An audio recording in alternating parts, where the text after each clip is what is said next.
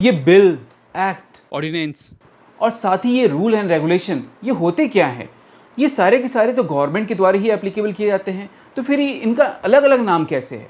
अगर आपको पता है तो कमेंट करके बताएं, और नहीं पता तो इस वीडियो को लास्ट तक देखें, जिससे कि आपको पूरा समझ में आए जो आखिर इनमें क्या डिफरेंस है और ये एप्लीकेबल कैसे होते हैं। जैसे कि आपको पता है, जो हमारे देश का जो टेरिटरी है वो काफ़ी बड़ा है और इसमें डाइवर्सिटी भी काफ़ी है, मतलब डिफरेंट लैंग्वेज, डिफरेंट कल्चर, मतलब हर चीज़ अलग। लेकिन फिर भी एक लॉ आने के बाद उनको पूरे देश में इन्फोर्स किया जाता है। तो आखिर ये कैसे पॉसिबल है और ये प्रोसीजर क्या हो सकता है, आज इस वीडियो के अंदर हम समझने वाले हैं। तो वीडियो को लास्ट तक देखें, जिससे कि आप उसे पूरा डिटेल में समझ पाएँ। अगर आपने चैनल को अभी तक सब्सक्राइब नहीं किया है तो चैनल को साथ ही सब्सक्राइब कर लें, ताकि इस तरह के इन्फॉर्मेटिव वीडियो आपको हमेशा मिलते रहें। वीडियो स्टार्ट करने से पहले एक ज़रूरी जानकारी, जो अगर आपको आपके लाइफ में किसी भी तरीके का कोई भी अगर कानूनी समस्या है, कोई ऐसी लीगल प्रोसीडिंग में आपको इश्यूज़ आ रहे हैं, उसका आपको सॉल्यूशन चाहिए, तो आप मेरी टीम के साथ कनेक्ट हो सकते हैं। इसके लिए मैं डिस्क्रिप्शन में आपको लिंक दे रहा हूँ। अब वहाँ से जाकर के मेरे साथ किसी भी सोशल मीडिया प्लेटफॉर्म पे, जैसे कि यूट्यूब, इंस्टा, फेसबुक, वहाँ से आप कनेक्ट हो सकते हैं और आपकी जो भी लीगल इश्यूज़ हैं उसका सॉल्यूशन मिल सकता है। इन बिल, एक्ट ऑर्डिनेंस। और रूल एंड रेगुलेशन को समझने से पहले हमें ये समझने की ज़रूरत पड़ेगी, जो आखिर इंडिया को रेगुलेट कौन करता है। तो मैं आपको बता दूं, इंडिया को रेगुलेट करने के लिए सेंट्रल गवर्नमेंट बनाया गया है, जिसे कि यूनियन गवर्नमेंट भी कहते हैं। और हर 5 साल में कोई एक पार्टी सेंट्रल गवर्नमेंट में बैठती है और वही देश को गवर्न करती हैं, वही सेंट्रल गवर्नमेंट हो गई। लेकिन जिस तरह से हमारे बॉडी में बहुत सारे डिफरेंट डिफरेंट पार्ट्स हैं, जिसके बिहाफ पे ही हमारा बॉडी प्रॉपर वर्क कर पाता है, उसी तरह से हमारे देश को गवर्न करने के लिए एक हायरार्की सिस्टम बनाया गया है। और उसी हायरार्की सिस्टम के थ्रू हमारा देश एक संतुलित वे में चल पाता है। सबके अपने अपने काम बांटे गए हैं। जिस तरह से हमारे बॉडी पार्ट्स के अपने अपने काम हैं, उसी तरह से हर एक डिपार्टमेंट के अपने अपने काम हैं, हर एक अथॉरिटी के अपने अपने काम हैं। तो ये हायरार्की सिस्टम इसलिए बनाया गया है जिससे कि हमारे देश को संतुलित रूप से चलाया जा सके। उसी तरह से हमारे सेंट्रल गवर्नमेंट के भी 3 पार्ट हैं: लेजिस्लेटिव, एग्जीक्यूटिव और जुडिशरी। लेजिस्लेटिव का काम है किसी भी एक्ट को बनाना, किसी भी कानून को, किसी भी लॉ को बनाना। लेकिन यहीं पे एग्जीक्यूटिव का काम है उसे इम्प्लीमेंट करना, और साथ ही जुडिशरी का काम है उसे इंटरप्रेट करना, मतलब उसमें क्या बातें दी गई है उसका पूरा पूरा एक्सप्लेनेशन देना। अब इसी लेजिस्लेटिव के अंदर आपके आगे प्रेसिडेंट, लोकसभा, राज्यसभा। लोकसभा को हम लोअर हाउस भी कहते हैं और राज्यसभा को हम अपर हाउस कहते हैं। यही 3 हैं जिन्हें की जिम्मेदारी दी गई है एक्ट्स बनाने की, लॉ बनाने की। लेकिन वहीं पे एग्जीक्यूटिव के अंदर जिन्हें की लॉ इंप्लीमेंट करने की जिम्मेदारी दी गई है और हमारे देश को गवर्नेंस करने की, एडमिनिस्ट्रेट करने की जिम्मेदारी दी गई है, उनके अंदर आते हैं प्रेसिडेंट, वाइस प्रेसिडेंट और साथ ही प्राइम मिनिस्टर और उनके कैबिनेट्स। वैसे ही हमारी जुडिशरी के अंदर पहले आते हैं सुप्रीम कोर्ट, फिर हाई कोर्ट और उन्हीं के सबऑर्डिनेट्स कोर्ट। तो हमारे देश की 3 पिलर को ही जिम्मेदारी दी गई है किसी भी कानून को इम्प्लीमेंट करने का। अब आती है बात, जो हमें एक एक्ट बनाना है। अब एक्ट बनेगा कैसे? तो फॉर एग्जांपल, अगर हमें एबीसी एक्ट बनाना है तो पहले हमें इसे ड्राफ्ट करना पड़ेगा। जब भी कभी आप जनरली भी कभी कोई एप्लीकेशन लिखने जाते हो या कोई लेटर लिखने जाते हो, तो आप पहले उसे ड्राफ्ट करते हो, पहले उसे एक फॉर्मेट पे लाते हो जहाँ हमें ये बातें लिखनी है। उसी तरह से जब भी कोई कानून आएगा तो उसे पहले ड्राफ्ट किया जाएगा। तो जो ड्राफ्ट किया जाता है वो किसके द्वारा? तो एमपीज के द्वारा, कंसर्न एमपी के द्वारा ड्राफ्ट किया जाता है और उनके मेंबर्स के द्वारा। उन्हीं मेंबर ऑफ पार्लियामेंट्स जो कि कंसर्न है, उन्हीं को ये जिम्मेदारी दी जाती है, जो आप किसी भी एक्ट को लाने से पहले उसे ड्राफ्ट करिए और तब जाकर के आप उसे पार्लियामेंट में लेकर के आइए। और जब कभी भी ये ड्राफ्ट तैयार हो जाता है तो उसके बाद इसे इंट्रोड्यूस किया जाता है पार्लियामेंट के अंदर। पार्लियामेंट में जब ये इंट्रोड्यूस होता है तब ये बन जाता है बिल। मतलब एक ड्राफ्ट तैयार किया गया और जैसे ही इसे पार्लियामेंट में इंट्रोड्यूस किया गया, ये बन गया बिल। अब इस बिल पे बहस होती है, आर्गुमेंट्स होती है, जिनके जो क्वेश्चंस होते हैं वो क्वेश्चन किए जाते हैं। ये होने के बाद जब दोनों हाउसेज इसे अप्रूव कर देती है, मतलब लोकसभा और राज्यसभा में जब इसे इंट्रोड्यूस करके इसे पास कर दिया जाता है, उसके बाद ये पहुंचता है किसके पास? तो प्रेसिडेंट के पास। अगर इस बिल के ऊपर अगर प्रेसिडेंट की सहमति हो जाती है, मतलब उनका एसेंट मिल जाता है, देन ये बिल बन जाता है आपका एक्ट। तो यही आपका किसी भी एक्ट को बनने का ये आपका प्रोसीजर है, जो पहले उसे ड्राफ्ट किया जाएगा, देन फिर उसके बाद उसे पार्लियामेंट में दोनों हाउसेज के अंदर उसे इंट्रोड्यूस किया जाएगा, उस पर डिस्कशन होंगे और डिस्कशन होने के बाद उसे भेजा जाएगा प्रेसिडेंट के पास और हमारे प्रेसिडेंट उसे जब अप्रूव कर देंगे, जब उस पर अपना एसेंट दे देंगे, अपनी सहमति दे देंगे, तो वो बन जाएगा एक्ट।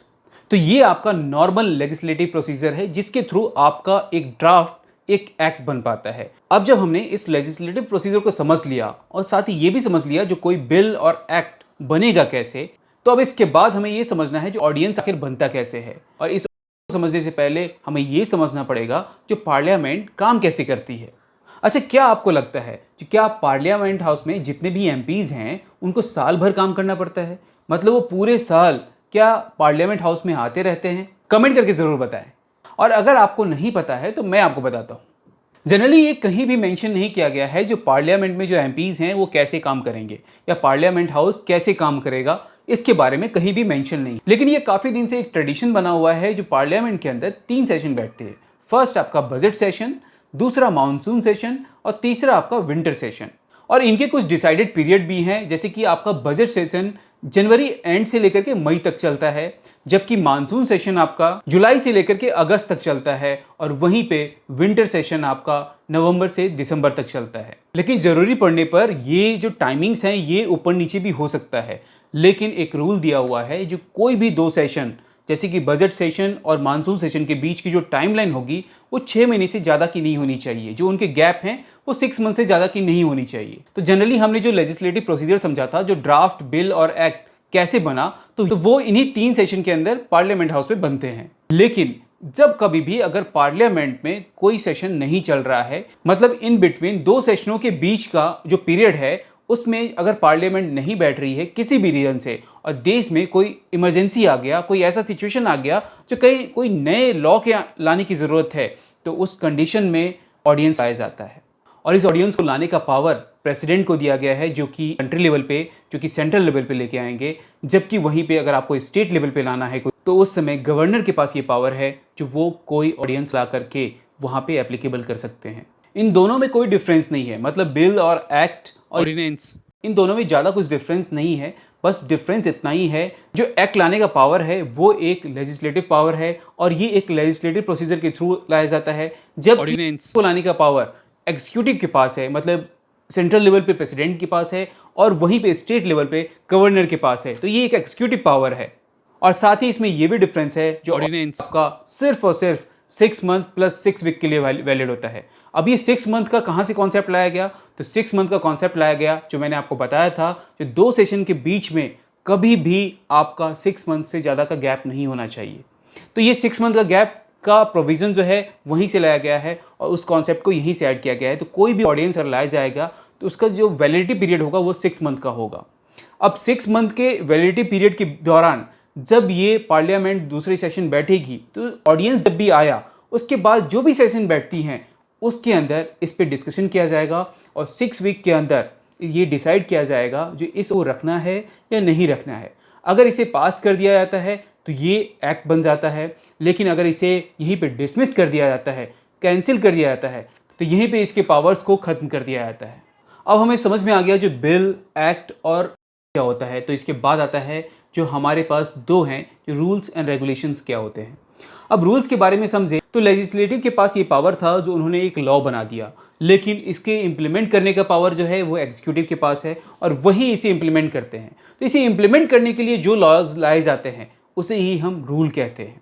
लेकिन कुछ लॉज को लाने के बाद कुछ ऐसे सबऑर्डिनेट्स हमारे अथॉरिटी हैं, स्टैच्यूटरी अथॉरिटी हैं, जिनके पास पावर है जो वो अपने रेगुलेशंस ला करके, वो अपने नियम कानून ला करके उस लॉ को इम्प्लीमेंट करेंगे। जैसे कि अगर मान लेते हैं जो कोई बैंकिंग सेक्टर से अगर कोई रूल आया तो आरबीआई के पास ये अथॉरिटी है जो वो अपने रेगुलेशंस ला करके इसे इम्प्लीमेंट कर सकते हैं। लेकिन वहीं पे अगर किसी भी तरह का सिक्योरिटी मार्केट का कोई लॉ आया तो वहाँ पे सिक्योरिटी एक्सचेंज बोर्ड के पास ये पावर है, सेबी के पास ये पावर है, जो वो अपने रेगुलेशंस ला करके इसे एप्लीकेबल कर सकते हैं। तो आज हमने ये समझ लिया जो बिल क्या होता है, एक्ट क्या होता है, साथ ही ऑर्डिनेंस क्या है, रूल एंड रेगुलेशंस क्या होते हैं। अब चलिए इसी को हम थोड़ा सा रिव्यू कर लेते हैं। जो जब भी कभी कोई एक्ट आएगा तो उसे लेजिस्लेटिव में, मतलब पार्लियामेंट हाउस में जो है उसे इंट्रोड्यूस किया जाएगा। उससे पहले उसका ड्राफ्ट तैयार होगा, उस ड्राफ्ट को जब पार्लियामेंट हाउस में इंट्रोड्यूस किया जाएगा तो वही बन गया बिल आपका। और जब वही बिल आपके दोनों पार्लियामेंट हाउसेज से, मतलब राज्यसभा और लोकसभा, पास होने के बाद प्रेसिडेंट का अगर कंसेंट मिल जाता है उसके बाद वो आपका बन जाता है एक्ट। लेकिन जब कभी भी कोई सेशन नहीं बैठती है पार्लियामेंट की और कोई इमरजेंसी की हालत आ जाती है, उस समय अगर कोई लॉ लाया जाता है उसे ही हम ऑर्डिनेंस कहते हैं। उस ऑडियंस की वैलिडिटी होती है वो 6 मंथ की होती है, और 6 मंथ का कॉन्सेप्ट हमने समझ लिया। उसी दौरान जब वो 6 मंथ कंप्लीट होगा, अगर कोई सेशन बैठता है पार्लियामेंट का, तो उसमें ये डिसाइड किया जाएगा जो इसको एक्ट बनाना है या नहीं बनाना है। अगर बनाना है तो वहाँ उसे वो पास कर देते हैं, अगर नहीं बनाना है तो वहीं उसे कैंसिल कर दिया जाता है। उस समय जो एग्जीक्यूटिव के द्वारा किसी भी तरह से उस लॉ को इंप्लीमेंट करने के लिए जो भी रूल्स बनाए जाते हैं वही हमारा रूल हो गया।